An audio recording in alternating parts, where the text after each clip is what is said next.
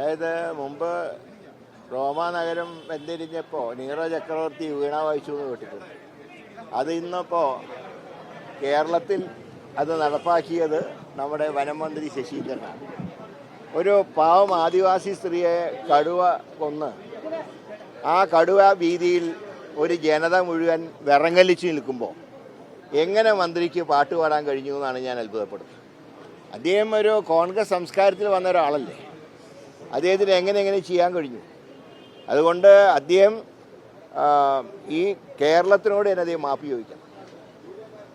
അത്രയേറെ തെറ്റാണ് അദ്ദേഹം ചെയ്തത്. അപ്പോൾ അവിടെ ആദിവാസികളെല്ലാം ഭയപ്പെട്ടിരിക്കുകയാണ്. കുട്ടികൾക്ക് വിദ്യാലയങ്ങളിൽ പോകാൻ നിവൃത്തിയില്ലാത്ത അവസ്ഥയാണ്. എപ്പോഴാണ് വന്യമൃഗങ്ങൾ ആക്രമിക്കുക എന്നറിയില്ല. ഒരു ഭാഗത്ത് കടുവ, മറ്റേ ഭാഗത്ത് ആന. ഇങ്ങനെ ജനം ആകെ പൊറുതി മുട്ടി നിൽക്കുമ്പോൾ ഒരു നയം രൂപീകരിക്കാൻ ഈ മന്ത്രിക്ക് കഴിയുന്നില്ല, സംസ്ഥാന സർക്കാരിന് കഴിയുന്നില്ല. എന്നിട്ട് പാട്ട് പാടുകയാണ്. ഇത് ജനതയെ അവഹേളിക്കുകയാണ്.